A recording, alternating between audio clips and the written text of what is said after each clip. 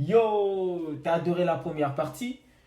Alors c'est parti pour un autre exercice où on connaît l'hypoténuse. Et là, on connaît l'hypoténuse, on connaît un autre côté de l'angle droit, mais on ignore le second côté de l'angle droit. Alors, tu penses que c'est plus difficile quand on a déjà l'hypoténuse? Détrompe-toi. Je vais te prouver le contraire. Alors, voici notre exercice ici. Nous avons l'hypoténuse qui est égale à 30 cm et un côté, donc celui de l'angle droit, qui est égal à 18 cm.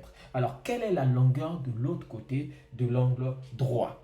Donc, ici, nous savons déjà que le triangle est rectangle grâce à ce signe-là. Donc, le triangle est déjà rectangle. Et là, qu'est-ce qu'il faut faire? On ne va pas paniquer. On applique le même théorème de Pythagore. Donc, nous connaissons déjà la règle magique.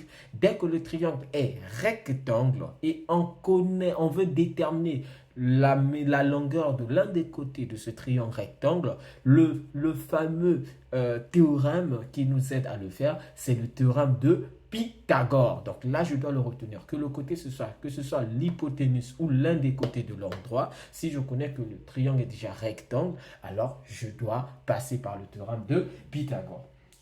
Et donc, on va rappeler ce fameux théorème de Pythagore. Donc, on dira EFG étant un triangle rectangle, étant un triangle rectangle, étant un triangle rectangle en E, d'après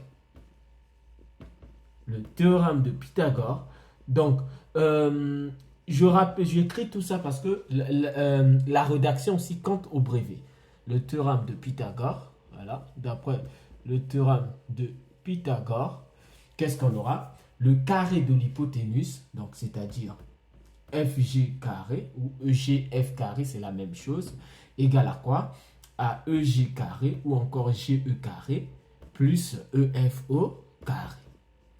Alors, une fois que j'ai ça, je remplace les distances que moi je connais. Tel que là, je connais déjà FG, donc je vais remplacer 30 au carré, qui sera donc égal à EG, je connais aussi, c'est 18 au carré, plus EF, c'est ce que je cherche, donc EF au carré, je garde. Alors, on va poursuivre nos calculs. 30 au carré sera donc égal à quoi? À 900, qui sera donc égal à 18 au carré, avec ma calculatrice, 18 au carré, c'est 324 plus EF au carré. Je poursuis mes calculs sans panique. Donc, j'ai besoin de EF au carré, donc je peux l'écrire ici, EF au carré égale, donc pour ne pas s'embrouiller.